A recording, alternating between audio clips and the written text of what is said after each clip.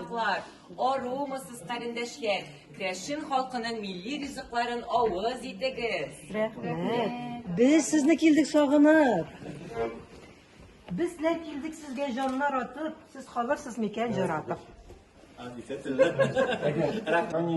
И воспитание на основу системы детский сад, семья и школа.